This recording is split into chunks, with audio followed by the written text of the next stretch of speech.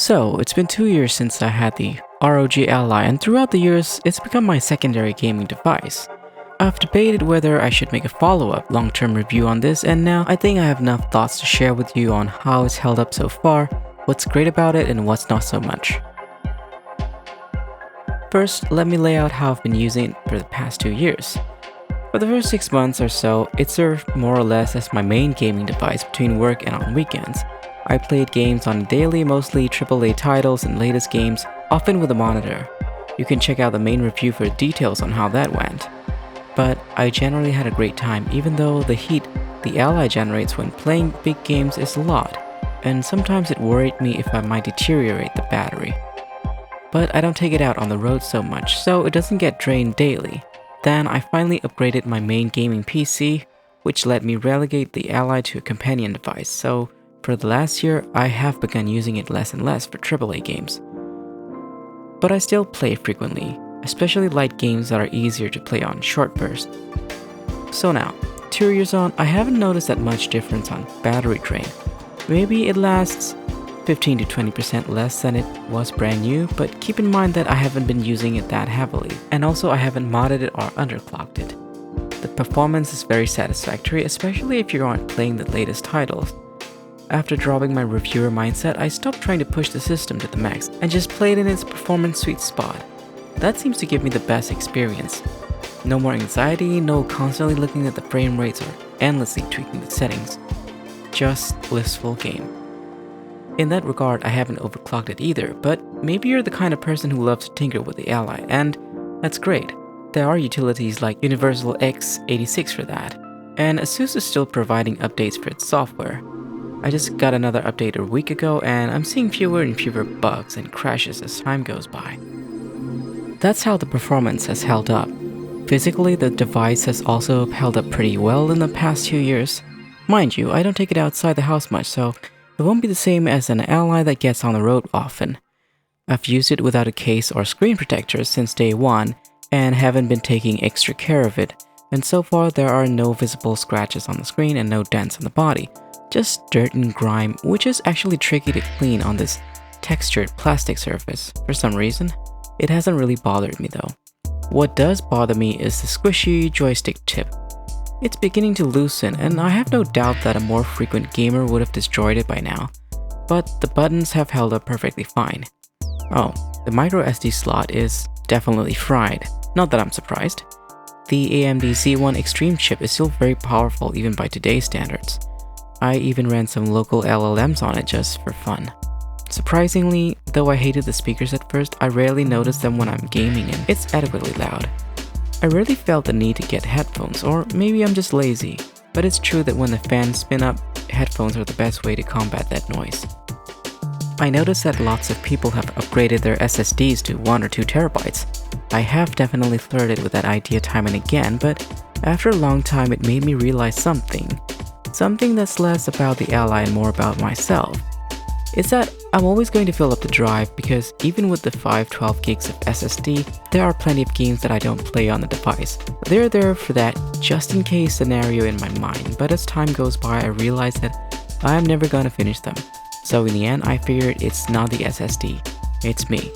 And I don't need that many games to stay on the device, especially when it's not my main gaming device. So there's no upgrade and I'm happy with that. And just like that I stopped tweaking the settings too. I just enjoy the games that run easily and stop trying to run demanding games that might not provide the smoothest experience. And funnily enough, it taught me something about myself, something introspective. That seems to be the only way to achieve Zen gaming, and of course sweaty palms and rage quitting. But anyways, enough philosophizing. Some genres of games play especially well on the Ally in my opinion, and some not so much. Strategy and FPS games are a good example. They just feel better with a proper mouse and keyboard setup if you ask me, plus a big screen. On the other hand, I've constantly come back to play racing games on it, and the nature of each race event being a contained experience is also great if you're just taking a short break. Then there are third-person games which work well with the gamepad and joystick system. Last but not least, side-scrollers, emulators, and some indie titles are really enjoyable in the Ally because they usually aren't that demanding and still deliver great experiences on small screens. and they're easier on the battery too. The only accessory I got for the Ally was a simple dock. With that setup, I had a good time playing the Batman games over the summer using the monitor because they're just more enjoyable on a larger screen when too many things are happening all at once. For most games that I played, the screen size is quite adaptable. You often don't notice the subtler things when reviewing new devices, but they show up when you really settle down with something after the honeymoon phase. It's one of those things when a handheld device and games come together to provide a holistic experience that's in your hands. The triggers, the buttons, the haptic feedback, it's kind of hard to capture them in words, but you know if you know.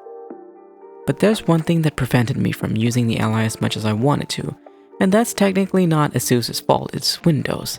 This thing isn't like a Switch or in fact a Steam Deck that you can just switch on and off on a whim. It needs to be booted up. You can't resume games straight from sleep most of the time, so sometimes I might game on it for a while, get back to work, and then come back after a few hours to find that it's completely hibernated off.